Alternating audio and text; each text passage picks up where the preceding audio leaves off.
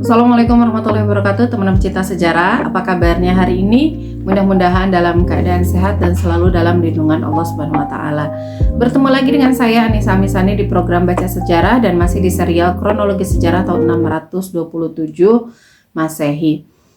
Atau bertepatan dengan tahun ke-5 hingga ke-6 Hijriah. Terakhir kita sudah membahas tentang pertempuran Muraisi atau pertempuran Bani Mustalik. Dan sudah juga terjadi beberapa kejadian ya setelah pertempuran Bani Mustalik itu atau selama proses perjalanan pulang ke Madinah. Kemarin videonya kepotong ya karena ada tiba-tiba saja ada tamu gitu, jadi ya harus dipotong otomatis. Dan sekarang akan dilanjutkan dari kemarin yang terpotong ya, dan akan diulas sedikit. Kemarin itu ada dua orang sahabat yang bertengkar dan membawa-bawa nama sukunya, dan itu ditegur oleh Rasulullah SAW. Kemudian ada ucapan Abdullah bin Ubay yang memanas-manasi suasana. Ini saya ulang dari ucapannya Abdullah bin Ubay bin Salul. Setelah mendengar kejadian tersebut, Abdullah bin Ubay marah kepada kaumnya, yaitu Khazraj dari suku Ansor. Suku Khazraj dari Ansor. Ia berkata kepada kaum Khazraj, "Cobalah lihat, hai saudara-saudaraku Khazraj, mereka muhajirin sudah mengalahkan kita, memperbanyak jiwa di negeri kita, menyingkirkan agama kita. Kita tidak menyangka bahwa mereka itu akan seperti kata pepatah orang-orang tua kita dahulu, gemukkanlah anjingmu olehmu, biar ia menggigit kamu. Oleh sebab itu, sekarang baiknya kita memakai pepatah orang-orang dahulu, yang bunyinya, laparkanlah anjingmu olehmu, biar ia mengikut kamu. Demi Allah, sungguh jika kita kembali ke Madinah, tentulah yang mulia mengusir yang hina dina. Yang dikatakan mulia ialah dirinya sendiri, dan yang dikatakan hina dina ialah Nabi SAW dari Madinah." Subhanallah ya.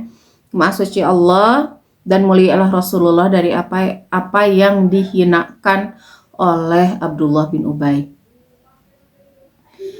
Abdullah bin Ubay merasakan kebencian memang sejak dulu kepada Rasulullah SAW. Jadi sekilas juga saya kisahkan, saya ingatkan gitu ya. Sekedar mengingatkan saja bahwa Abdullah bin Ubay itu dulu sebelum Rasulullah SAW akan tiba di Madinah dan dijadikan pemimpin Madinah, Abdullah bin Ubay itu seseorang yang hampir-hampir saja dinobatkan sebagai pemimpin oleh golongan Ansar, baik Aus maupun Khazraj. Karena dia itu dianggap orang yang bijaksana, kemudian orang yang memang bisa menyatukan lah antara Aus dan Khazraj. Tetapi nyatanya tidak semurni itu niat Abdullah bin Ubay, karena Abdullah bin Ubay itu tetap masih bekerja sama dengan orang-orang Yahudi, jadi tidak memuliakan orang-orang Madinah sebetulnya. Dan setelah orang-orang Madinah itu mendengar kabar tentang Rasulullah SAW, bertemu dengan Rasulullah SAW di Baiat Aqobah 1 dan 2, mereka memutuskan bahwa yang akan menjadi pemimpin mereka adalah Rasulullah SAW, yang tentu saja dari sisi perkataan, dari sisi kewibawaan, auranya yang terpancar itu jauh di atas Abdullah bin Ubay bin Salul. Dan inilah yang menjadi kenyataan bahwa Nabi SAW begitu disambut di Madinah dan langsung dijadikan pemimpin oleh orang-orang Madinah, menyatukan Aus dan Khazraj, kemudian mengusir dua golongan Yahudi yang selama ini menjadi duri di Madinah, yaitu Bani Qainuqa dan Bani Nadir. Maka terus terpupuklah di dalam hati Abdullah bin Ubay kebencian itu selapis demi selapis, terus menumpuk tanpa pernah dia rilis gitu ya. Kebencian itu perlahan-lahan mungkin tidak kuat lagi dia tahan, dan atau sengaja memang mengambil momen-momen yang tepat untuk melancarkan panah-panah serangan kepada Rasulullah SAW. Pada setiap kesempatan yang menurut dia itu momen yang pas, maka dia akan keluarkan panah-panah itu.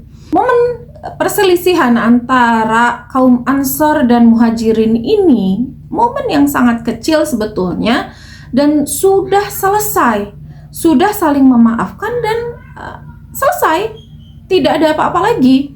Kaum Muhajirin dan kaum Ansor saling memaafkan. Ini dijadikan momen yang berharga bagi Abdullah bin Ubay itu untuk menyiramkan minyak tanah ke dalam perselisihan tersebut. Perkataannya yang sebetulnya bisik-bisik saja, dan dia tidak mengumumkan perkataannya dengan suara yang keras di tengah orang-orang. Tidak, dia hanya berbisik seolah-olah berbisik pada dirinya sendiri atau pada satu dua temannya yang berada di sekitarnya. Satu dua orang terdengar oleh sahabat gitu ya, satu dua orang yang ada di sekitarnya, dan orang itu para sahabat Rasulullah SAW.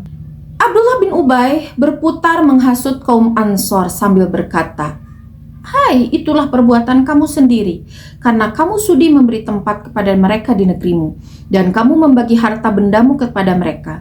Jika kamu tidak memberi mereka makan, tentulah mereka pindah dari negerimu. Di antara kamu sekarang sudah banyak yang mati terbunuh. Sekarang kalian tinggal sedikit. Anak-anakmu menjadi yatim piatu, sedangkan keadaan mereka berubah banyak. Oleh sebab itu, persahabatan kita dengan Muhammad tidak lain seperti kata pepatah orang-orang terdahulu.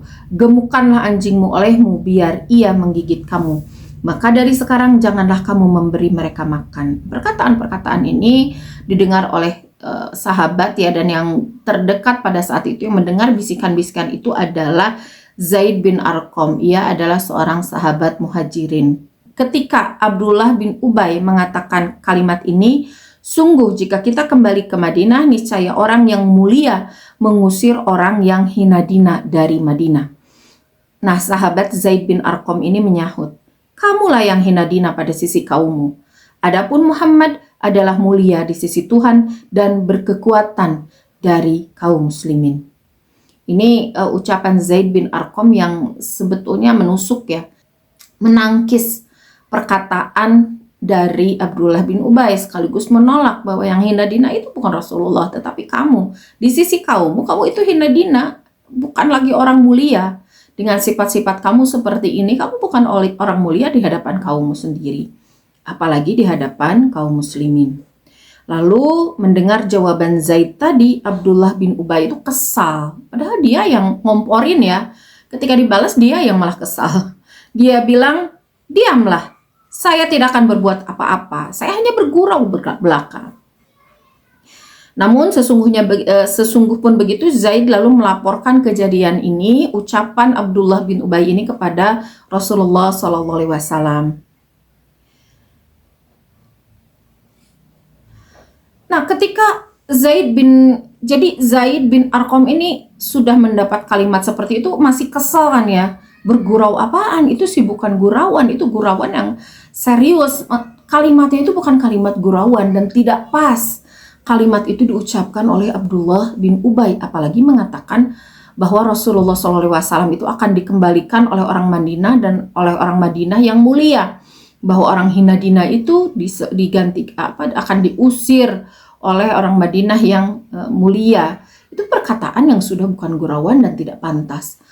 Tetapi karena Abdullah bin Ubay berkata seperti itu, dia bilang dia bergurau, dia langsung melaporkan kejadian itu kepada Rasulullah SAW.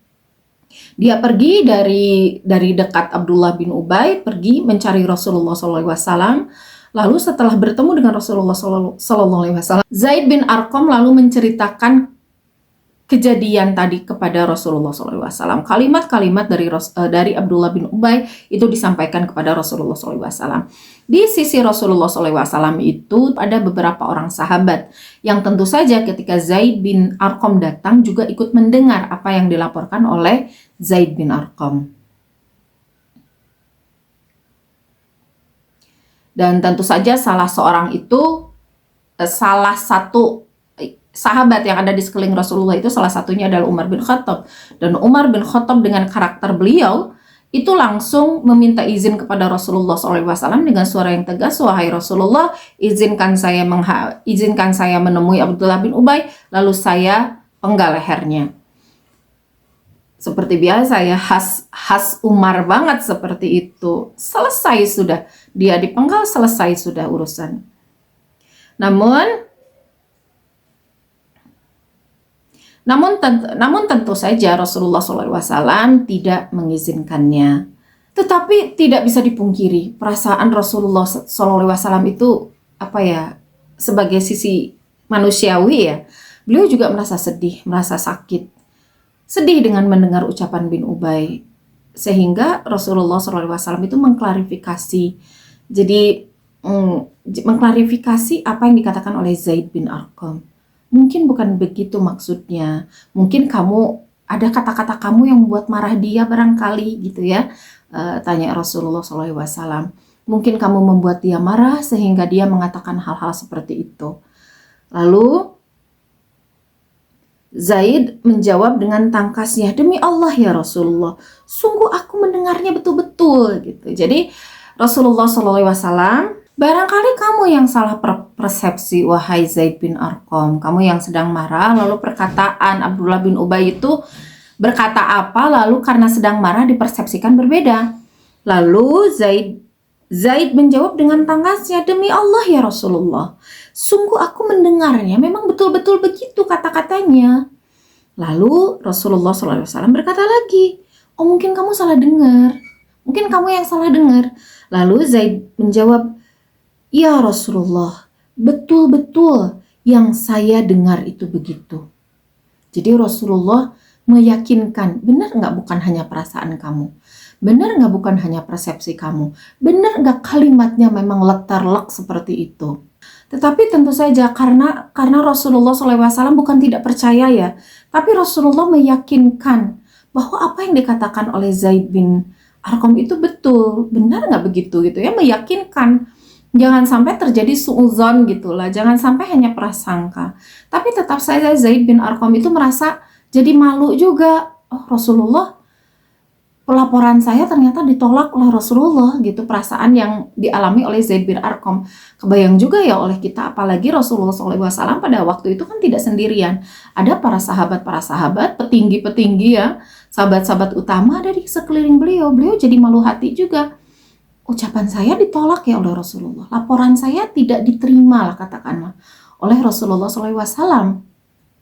Meskipun Rasulullah percaya dengan perkataan saya, kesannya jadi saya melebih-lebihkan sehingga Zaid bin Arqam itu merasa malu dengan sekitarnya. Pada akhirnya ia kembali dan mengharapkan dalam hatinya itu, ya Allah turunkanlah wahyu membenarkan apa yang saya katakan, ya Allah belalah saya gitulah ibaratnya, ya Allah belalah saya bahwa apa yang saya katakan itu benar, bahwa Abdullah bin Ubay itu memang seperti itu, wataknya memang seperti itu dan jahat lisannya seperti itu, sehingga ia hanya bisa memohon kepada Allah Subhanahu wa taala. Dalam hatinya itu dia terus berbicara, ya Allah bela saya, ya Allah bela saya.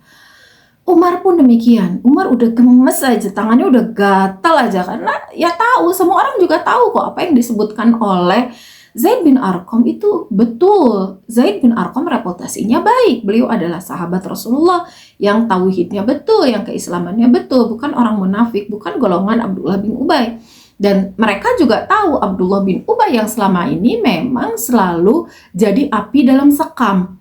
Maka para sahabat juga tahu dan mereka juga tahu bahwa Rasulullah SAW itu bukan menolak laporan Zaid bin Arqam, bukan juga tidak percaya terhadap Zaid bin Arqam, tetapi Rasulullah SAW enggan untuk bersikap, untuk menghukum Abdullah bin Ubay. Ya karena Abdullah bin Ubay bagaimanapun juga dia adalah di mata semua orang, dia adalah seorang muslimin. Dia ada di barisan Rasulullah, dia ada di pihak Rasulullah, dia mengucapkan syahadat dan sholat juga di belakang Rasulullah SAW. Kalau Rasulullah SAW menghukum Abdullah bin Ubay, maka seolah-olah dia sedang menghukum sahabat.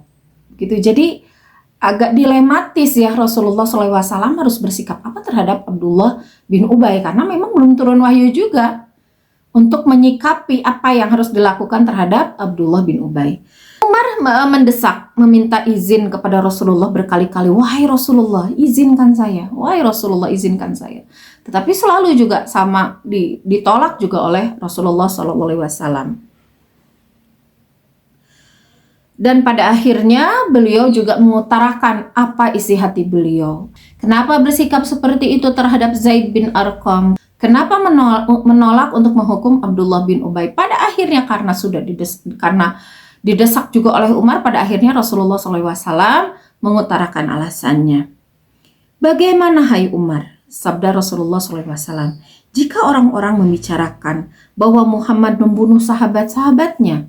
Namun meski begitu Umar menjawab, ya Rasulullah, jika baginda tidak suka bahwa sahabat Muhajirin membunuh dia, maksudnya Abdullah bin Ubay, perintahkanlah Muhammad bin Maslamah, ini seorang Ansor ya, agar membunuh dia. Namun beliau tetap tidak memberi izin. Pendek kata, beliau tidak mempedulikan suara Ibnu Ubay. Jadi diabaikan saja. Apa yang sudah dikatakan Ibnu Ubay, abaikan saja gitu ya. Beliau lalu berangkat kembali menuju Madinah. Pada akhirnya beliau meminta para sahabat untuk bergerak saja. Ayo kita berdiri, kita pulang ke Madinah sekarang. Kita siap-siapnya sudah selesai. Kalau sudah selesai, ayo kita pulang ke Madinah. Ini reminder ya, mengingatkan peristiwa ini terjadi pada saat Rasulullah SAW dengan para sahabat mempersiapkan diri untuk pulang ke Madinah, mempersiapkan barang-barang mereka untuk segera pulang ke Madinah. Dan setelah siap itu Rasulullah segera meminta para sahabat untuk berdiri dan ayo kita berangkat sekarang gitu. Siapkan barisan, pimpinannya siapa kan sudah ya, sudah dibagi-bagi itu. Maka bersiaplah mereka untuk pulang. Sedangkan waktu itu tengah musim panas dan Nabi tidak biasa sebetulnya berjalan jauh pada waktu panas. Biasanya kan Rasulullah SAW itu kalau cuaca sedang panas, beliau itu memundurkan perjalanannya, memundurkan kegiatannya diundur. Jadi menunggu panasnya itu agak berkurang sedikit gitu. Barulah beliau melakukan kegiatan, apapun kegiatannya, perjalanan atau apapun, apalagi ini perjalanan ya. Tetapi pada saat itu meskipun cuaca sedang panas, Rasulullah SAW tetap meminta para sahabat untuk melakukan perjalanan. Lalu karena tidak biasa itu, ada sahabat yang penasaran, sahabat mulia Usaid bin Hudzair. Dia penasaran, bertanya sama Rasulullah, ya Rasulullah, kenapa buru-buru berangkat, cuaca masih panas? Ini tidak biasanya Anda melakukan ini. Usaid bin Hudzair nggak tahu apa-apa tuh. Beliau pada waktu Zaid bin Arqam melapor dan kejadian Umar yang mendesak Rasulullah, minta agar Rasulullah memberikan hukuman kepada Abdullah bin Ubay, Usaid bin Hudzair tidak ada di situ. Jadi Usaid bin Hudzair tidak tahu apa-apa, mendekat kepada Rasulullah, ya Rasulullah ada apa? Ini tidak biasanya Anda melakukan perjalanan seperti ini nih. Anda biasanya menunggu cuaca agak turun dikit suhunya gitu lah. Kok sekarang tiba-tiba Anda melakukan perjalanan di cuaca sepanas ini? Itu peka ya, Usaid bin Hudzair peka sekali. Ada apa ini? Rasulullah tidak biasa kayak gini. Beliau langsung bertanya, tidak bertanya kasak-kusuk orang. Ini hikmah ya. Kita kalau mau menanyakan sesuatu langsung kepada orangnya, jangan nanya ke yang lain. Lalu Rasulullah SAW menjawab apa yang ditanyakan oleh Usaid bin Hudzair. Wahai sahabatku Usaid bin Hudzair, apakah kamu tidak mendengar perkataan yang dikeluarkan oleh temanmu itu perkataan Rasulullah SAW. Lalu Usaid bin Hudzair bertanya, teman yang mana wahai Rasulullah? Kawan yang mana? Lalu Rasulullah SAW menjawab, itu Abdullah bin Ubay bin Salul, kata Rasulullah. Lalu Usaid bin Hudzair, beliau tidak tahu tuh gosip-gosip yang beredar di sekitaran kumpulan kaum muslimin, pasukan kaum muslimin yang banyak itu. Enggak beliau, ada apa? Karena memang belum menyebar secara merata ya berita itu. Tetapi Usaid bin Hudzair ini kan salah satu pentolannya Ansor lah ya. Beliau itu salah satu tokoh dari kaum Ansor. Kalau ada informasi, beliau itu tahu lebih awal. Hanya ini beliau tidak tahu nih, belum nyampe berita ke beliau. Sehingga bertanyalah Usaid bin Hudzair, apa yang dia katakan wahai Rasulullah? Lalu Rasulullah SAW mengatakan kembali apa yang dikabarkan oleh Zaid bin Arqam. Nah di sini terlihat ya bahwa Rasulullah SAW itu percaya sekali dengan apa yang dikatakan oleh Zaid bin Arqam. Hanya kan untuk meredakan. Jadi beliau tadi bertanya kemudian mengklarifikasi itu untuk meredakan apa ya imbas yang akan terjadi kemudian kalau Rasulullah SAW langsung bertindak. Beliau percaya betul terhadap apa yang dikatakan oleh Zaid bin Arqam dan percaya betul bahwa itu bukan hanya sekedar persepsi gitu. Maka Usaid bin Huzair ketika mendengar seperti itu, dia wajahnya juga berubah. Ini masalahnya golongan saya nih, ini orang Ansor gitu ya, ini dari golongan saya, ini bawahan saya lah katakanlah, karena Usaid bin Huzair itu termasuk ke dalam pimpinan golongan Ansor.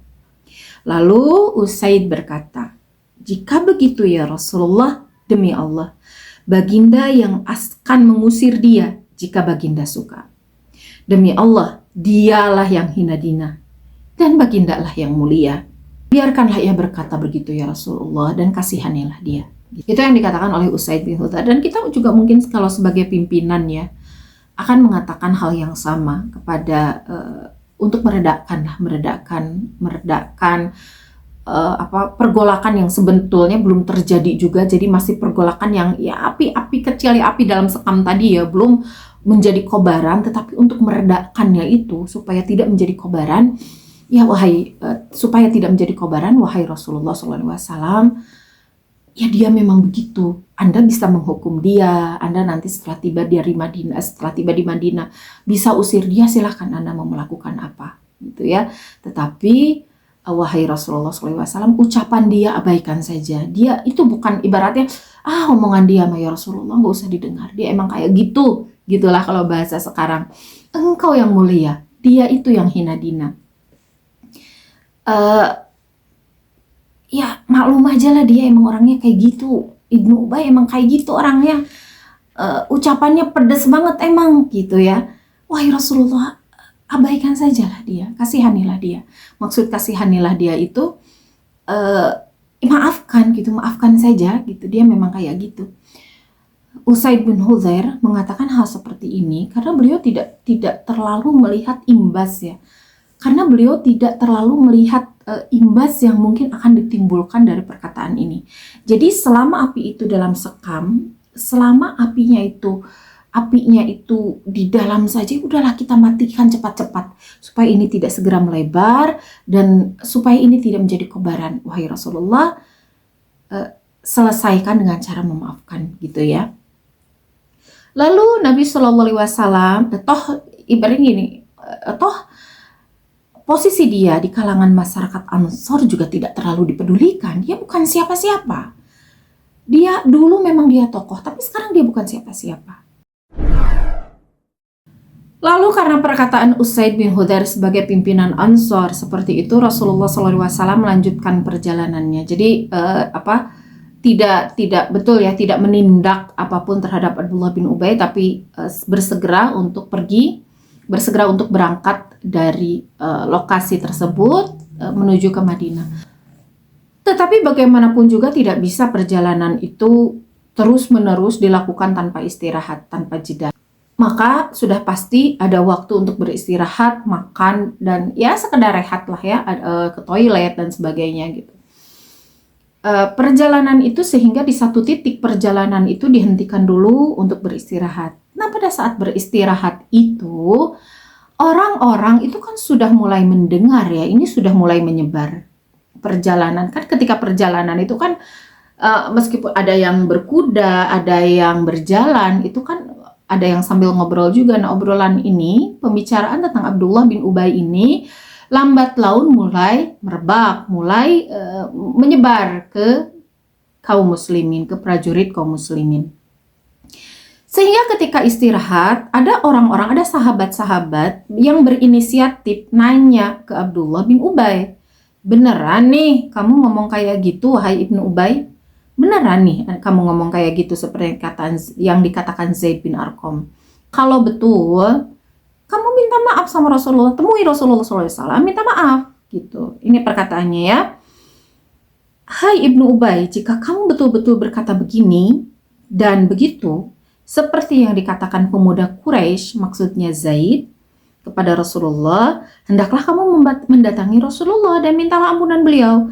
Jika memang kamu tidak berkata begitu, hendaklah kamu datang dan menolak itu, suara itu, lalu bersumpahlah demi Allah bahwa kamu tidak mengatakan hal seperti itu. Ayo klarifikasi sama Rasulullah. Kalau betul kamu minta maaf dan bertobat, kalau salah kamu bilang. Kalau kamu nggak bilang kayak gitu, temui Rasulullah sekarang. Dengan Abdullah bin Ubay itu yang lagi duduk, yang lagi diam itu dengan wajah sombongnya itu berdiri, lalu dengan kepala yang yang sombong ya, yang agak menengadah gitu, berjalan mendekat ke Rasulullah Shallallahu Alaihi Wasallam. Lalu setelah mendekat kepada Rasulullah Shallallahu Alaihi Wasallam yang juga sedang beristirahat, Rasulullah berkata kepada Ibnu Ubay, wahai Ibnu Ubay, kata beliau ini ya, jika telah terlanjur perkataan kamu sebagaimana yang telah saya dengar, tobatlah kamu kepada Allah. Ini ucapan yang sama dengan para sahabat tadi ya. Lalu, jika tidak, hendaklah kamu menunjukkan kebenaran kamu dengan sumpah kepada Allah. Yang demikian itu agar menunjukkan bahwa kamu tidak berkata sebagaimana yang dikatakan Zaid kepadaku. Kalau kamu menolak, maka kamu harus bersumpah atas nama Allah. Sehingga untuk meyakinkan bahwa kamu memang bahwa kamu tidak berkata seperti yang dikatakan Zaid. Lalu Ibnu Ubay berkata, demi zat yang menurunkan kitab atasmu Muhammad, gitu ya, atas baginda Muhammad. Ini tidak nyebut Rasulullah. Coba, ini keterlaluan banget ini Abdullah bin Ubay ya. Dia mengatakan Rasulullah dengan nama saja, Muhammad. Demi zat yang telah menurunkan kitab atas baginda Muhammad, sungguh saya tidak berkata seperti yang dikatakan oleh si Zaid sedikit pun. Dan sungguh si Zaid itu yang berdusta, wahai baginda. Gitu kata Ibnu Ubay. Ia menolak dengan keras, bahkan mengatakan si Zaid aja itu yang bohong. Lemes banget bibirnya gitu lah kalau bahasa sekarang ya. Saya nggak ngomong kayak gitu. Lalu saya tidak ngomong kayak gitu wahai Rasulullah. Itu si Zaid saja yang salah tuh, yang dia yang bohong gitu. Dia sudah menuduh Zaid bin Arqam itu melakukan kebohongan. Dan setelah dikonfirmasi, Ibnu Ubay tetap menolak. Enggak, saya enggak ngomong kayak gitu. Zaid yang bohong. Orang Quraisy itu yang bohong. Muhajirin itu tuh satu yang bohong. Lalu mendengar, itu kan langsung kasak-kusuk. Yang maksud kasak-kusuk tuh berita itu langsung kan. Di situ kan ada sahabat-sahabat yang lain. Lalu berita itu menyebar. Oh, Abdullah bin Ubay menyangkal apa yang dikatakan Zaid. Katanya Zaid yang bohong, yang benar yang mana nih? Ada sahabat juga yang langsung mendatangi Zaid, dicari tuh Zaid di mana, Zaid di mana. Berita sudah menyebar bahwa Abdullah bin Ubay itu menolak apa yang dikatakan oleh Zaid, menolak gosip itu, mengklarifikasi. Saya tidak mengatakan hal seperti itu, justru Zaidlah yang bohong. Tersebar berita itu di kalangan kaum muslimin, sehingga kaum muslimin mendatangi lagi Zaid untuk mengklarifikasi, memberitakan kepada Zaid, Zaid udah dengar belum? Tuh, Ibnu Ubay bilang kamu yang bohong, dia nggak ngaku, coba gitulah. Dia nggak ngaku apa yang kamu katakan. Zaid juga didatangi oleh salah seorang keluarganya juga dengan perkataan yang cukup keras. Kamu ini tidak lain hendak meminta kepada Rasulullah supaya kamu didustakan dan dimurkai olehnya, bukan? Jadi, meragukan beneran nih kamu kayak gitu. Kamu ke Rasulullah itu kamu mau didustakan, kamu mau dimarahi, kamu mau dimurkai gitulah ya. Kamu mau dimurkai olehnya, kamu nggak datang buat itu kan? Beneran kan yang kamu beritakan kepada Rasulullah itu bener gitu. Itulah ibaratnya. Soalnya kalau kamu bohong, ini kamu dimurkai nih sama Rasulullah SAW. Lalu Zaid menjawab, demi Allah, sungguh aku telah mendengar perkataan Ibnu Ubay. Jika aku mendengar perkataan yang seperti dikatakan Ibnu Ubay dari bapakku, tentulah aku sampaikan juga kepada Rasulullah SAW. Jadi terbayanglah ya suasana hati Zaid bin Arqam. Ia sudah masalahnya dia memang tidak punya saksi memang, tetapi Abdullah bin Ubay itu sudah bersumpah. Dia bersumpah demi Allah mengatakan saya tidak melakukan itu, saya tidak ngomong kayak gitu. Sehingga ini meragukan ini siapa yang betul. Masalahnya Masalahnya Abdullah bin Ubay itu begitu meyakinkan, mengatakan bahwa Zaid yang bohong, si Zaid itu yang sudah berdusta gitu kan. Dalam hati Zaid itu merasa, ya Allah, kok bisa Abdullah bin Ubay berbohong seperti itu, bersumpah atas namamu di hadapan Allah, meragukan apa yang sudah telingaku dengar gitu. Bahkan Zaid berkata, kalaupun saya tidak mendengarnya langsung, ini kalimat seperti ini saya dengar langsung dari mulutnya dia. Dan kalaupun bukan dari mulutnya dia, dari mulut bapakku yang dengar dia terus ngomong ke aku gitulah, aku tetap sampaikan kepada Rasulullah SAW karena yakin apa yang disampaikan itu benar. Apalagi ini mendengar sendiri, masa dia harus membohongi pendengarannya sendiri gitu.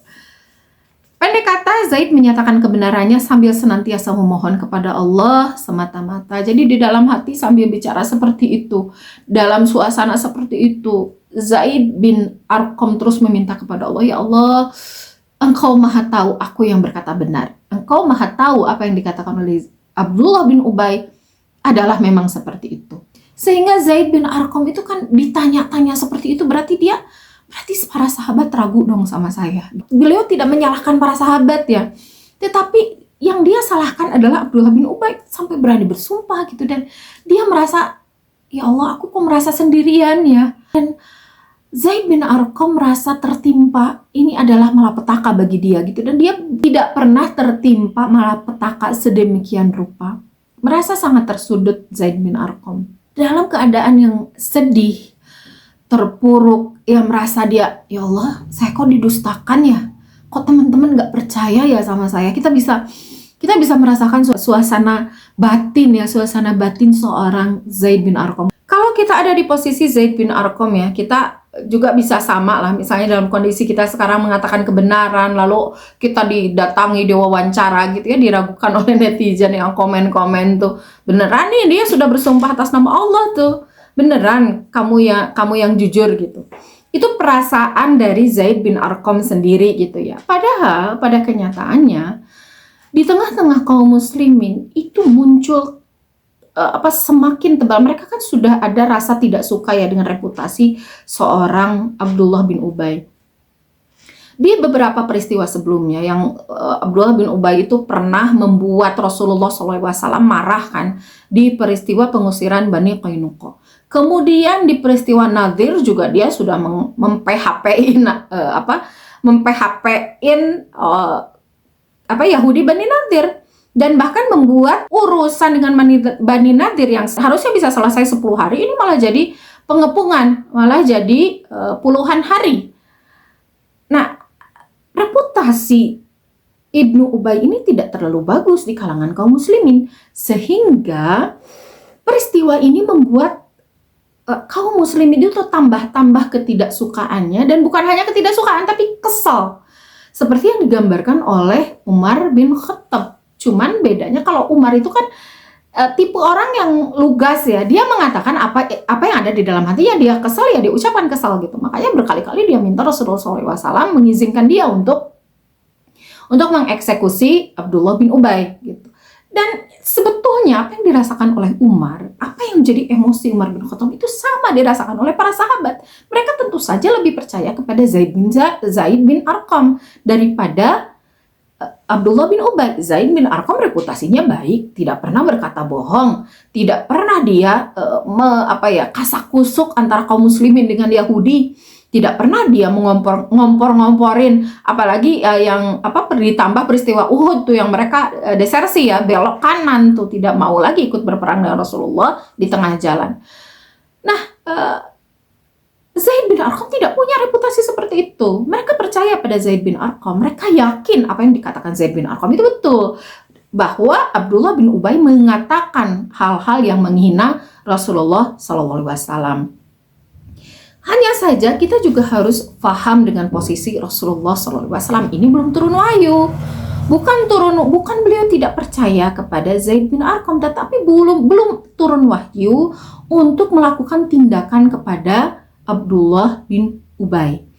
Maka Rasulullah SAW ini sebagai pemimpin beliau tetap berada di tengah-tengah. Masalahnya Abdullah bin Ubay secara KTP lah ya, secara di atas kertas gitu, dia ini seorang muslim juga. Dan sebagai seorang muslim dia juga berhak mendapatkan keadilan dari Rasulullah SAW. Maka ketika secara ini kan tidak ada bukti sebetulnya ya, Abdullah bin Ubay tidak punya saksi selain sumpah dia gitu yang menguatkan posisi dia. Sementara Zaid bin Arqam juga tidak punya saksi. Ini kan pembicaraan mereka, pembicaraan Ubay yang bisik-bisik terdengar oleh Zaid bin Arqam. Sama-sama tidak ada yang menguatkan sebetulnya. Maka Rasulullah SAW itu masih bersikap di tengah.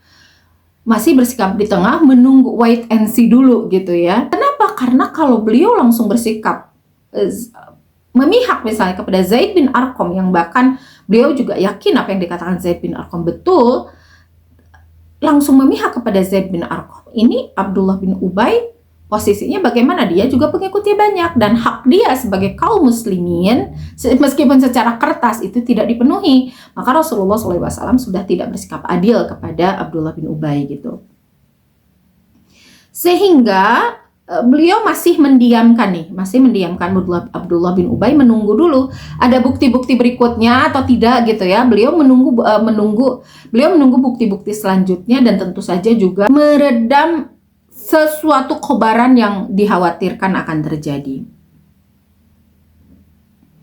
Karena Rasulullah SAW itu sudah paham. Jadi kalau tadi Zaid bin Arqam itu merasa sendirian, dia merasa tidak ada yang membela, merasa banyak para sahabat yang pertanyakan, apalagi keluarganya juga udah nanya gitu ya, beneran ini ya kebayang ya, kita juga pasti keluarga kita juga kayak gitu, beneran kamu ngomong bener nih, hati-hati ya kamu ngomong salah, nanti seluruh dunia mengecam gitulah ibaratnya ya. Kita juga akan ditanya seperti itu kalau kejadian ya sama keluarga kita. Zaid bin Arqam juga sama, dia jadi merasa sendirian. Tetapi Zaid bin Arqam tidak tahu bahwa sahabat itu ada di pihak dia, dan Rasulullah SAW juga tahu apa yang terjadi pada para sahabat. Kalau Zaid bin Arqam kan tidak tahu apa isi hati para sahabat, tapi Rasulullah SAW tahu bahwa kemarahan para sahabat terhadap Abdullah bin Ubay itu sudah memuncak dengan peristiwa ini. Tetapi ya Rasulullah memang tidak berhak dulu untuk bertindak. Jadi berhubungan dengan itu, Nabi memerintahkan segenap tentara muslimin untuk melakukan perjalanan. Jadi supaya tidak berkobar, ini masih sekam tadi ya, masih api dalam sekam tadi ya, baru panas-panas di situ.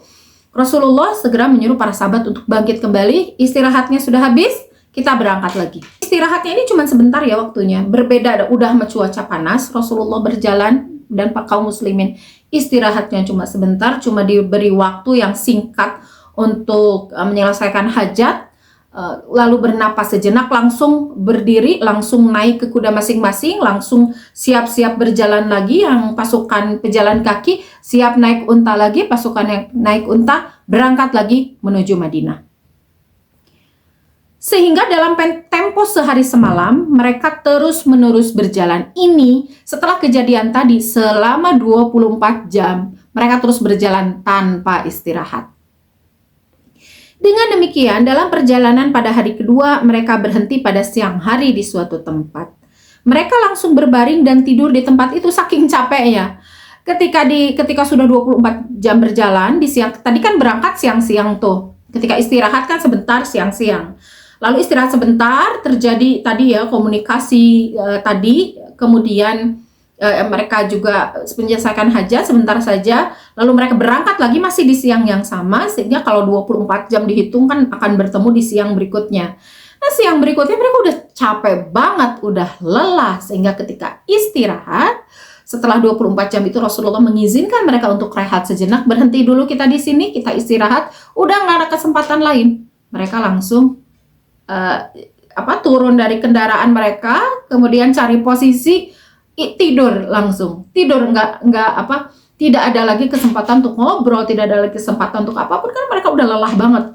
Mereka lalu berbaring dan tidur di tempat itu. Tindakan Nabi SAW ini memang sengaja agar tentaranya tidak lagi mengingat-ingat apa perkataan Ibnu Ubay yang akan menimbulkan fitnah dan bencana besar bagi kaum muslimin sendiri. Jadi luar biasa ya, Rasulullah SAW ini kita melihat kepemimpinan Rasulullah SAW yang luar biasa ya. Di sini sangat terlihat bahwa beliau bisa meredam isi hati beliau yang sebetulnya beliau percaya kepada Zaid bin Arqam. Beliau juga ada di pihaknya Zaid bin Arqam, tetapi di satu sisi beliau juga sayang sebetulnya kepada Abdullah bin Ubay meskipun kesel. Gimana sih kalau kita ke anak yang kesel, pengen ngehukum tapi juga sayang gitu. Kenapa? Karena Abdullah bin Ubay adalah umatnya. Rasulullah SAW itu hatinya penuh kasih kepada orang yang jahat aja beliau mendoakan kebaikan gitu kan. Apalagi Abdullah bin Ubay, secara fisik Abdullah bin Ubay itu tidak pernah menyakiti Rasulullah, nggak mukul, tidak melakukan niat pembunuhan gitu ya. Kata-katanya aja yang aneh-aneh, nyelekit dan bikin gejolak-gejolak gitu. Gemar banget Abdullah bin Ubay bersikap seperti itu, tapi sejauh itu tidak pernah ada niat membunuh, tidak pernah ada sikap yang diperlihatkan dia ingin menghilangkan nyawa Rasulullah Sallallahu Alaihi Wasallam. Jadi bagaimanapun juga beliau adalah pemimpin untuk dua golongan ini, baik muslimin maupun munafikin. Beliau ya sekali lagi di atas kertas beliau ini Abdullah bin Ubay dan golongannya ini adalah seorang muslim, dan jelas-jelas dikatakan kekhawatiran Rasulullah SAW kepada Umar ya, bahwa jangan sampai tersiar berita bahwa Rasulullah SAW mengutus sahabatnya sendiri, menghilangkan nyawa sahabatnya sendiri, menghukum sahabatnya sendiri. Itu yang pertama ya, bagaimana Rasulullah SAW bisa tetap bersikap ada di tengah-tengah. Kemudian hikmah yang kedua, kita belajar dari Rasulullah SAW. Jadi ketika ada sesuatu yang gosip-gosip beredar, itu cara yang terbaik untuk meredam semua gosip-gosip itu adalah dengan terus bekerja. Terus saja melakukan sesuatu, terus saja bekerja. Di sini kan Rasulullah terus saja melakukan perjalanan agar para sahabatnya kecapean. Di sini bisa ambil hikmah bahwa gosip-gosip itu, isu-isu, pembicaraan itu akan tersebar ketika kita kurang kerjaan. Ketika kita dalam istirahat, kita kurang kesibukan gitu kan, kurang pekerjaan, maka perkataan-perkataan itu mungkin ya, kalau kita berandai-andai ya, kalau saja itu tidak diredam, itu akan jadi gosip yang terus melebar, bisa ditambah-tambahkan. Yang tadinya ya seperti efek bola salju ya, yang namanya gosip itu tadinya cuman perkataan itu kan ke telinga, ke mulut yang kedua ditambahin mulut ketiga ditambahin terus gitu, sampai bahkan berita yang sebenarnya sudah tertutupi dengan kebohongan gitu. Ini orang-orang yang memang kurang kerjaan lah ibaratnya begitu, maka Rasulullah SAW mengantisipasinya dengan cara membuat sibuk para sahabat. Sahabat dibuat sibuk supaya tidak ada kesempatan untuk memikirkan apa yang dikatakan oleh Abdullah bin Ubay. Jadi biarkan mereka cuman ada di otak mereka gitu, dan di otak mereka tidak sempat mengutarakan kepada orang lain, tidak sempat bergosip dan sebagainya gitu, tidak sempat mengobrolkan apa yang dikatakan oleh Abdullah bin Ubay, tidak sempat mengungkapkan kebencian terhadap Abdullah bin Ubay, tidak sempat juga menambah-nambahkan untuk mendengarkan gosip dari orang, untuk mengutarakan kembali isi pikiran dia, itu sudah tidak sempat. Mereka terus berjalan, mereka terus bergerak, mereka terus bekerja, mereka terus bergelut dalam kesibukan sampai 24 jam sampai mereka lelah, dan kalau sudah lelah kan tidak ada lagi keinginan untuk bergosip, udah pengen tidur, saya mau istirahat, sehingga itu tidak menyebar. Jadi tersiramlah api dalam sekam itu, jadi tersiram, diam, mati api dalam sekamnya, tidak menjadi kobaran yang berarti gitu ya. Luar biasa ya Rasulullah SAW. Tetapi yang namanya Abdullah bin Ubay gatal juga ya, kok tidak terjadi apa-apa ya. Apa sih kira-kira yang ada di pikiran dia gitu? Kalau Zaid bin Sabit kan tadi, Zaid bin Arqam kan tadi merasa sedih, merasa terpuruk, dia menunggu, dia berdoa terus pada Allah, menunggu pembelaan dari Allah gitu ya. Kemudian, nah kita belum bahas tuh apa yang ada di pikiran Abdullah bin Ubay, dan mungkin karena videonya sudah terlalu panjang, ini akan dibahas di video berikutnya, atau dibahas aja sekarang ya. Dan teman pecinta sejarah, akan kita bahas berikutnya apa sih yang ada di pikiran dan hati seorang Abdullah bin Ubay gitu ya. Dia senang apa gimana gitu setelah membuat kehebohan seperti ini. Akan kita bahas di video berikutnya insya Allah besok. Ya, terima kasih sudah menyimak sampai saat ini. Mohon maaf atas semua kesalahan saya, salah kata, salah menyampaikan dan sebagainya. Untuk koreksi dan masukannya ditunggu di kolom komentar ya, teman pecinta sejarah. Sekali lagi terima kasih sudah menyimak. Wassalamualaikum warahmatullahi wabarakatuh.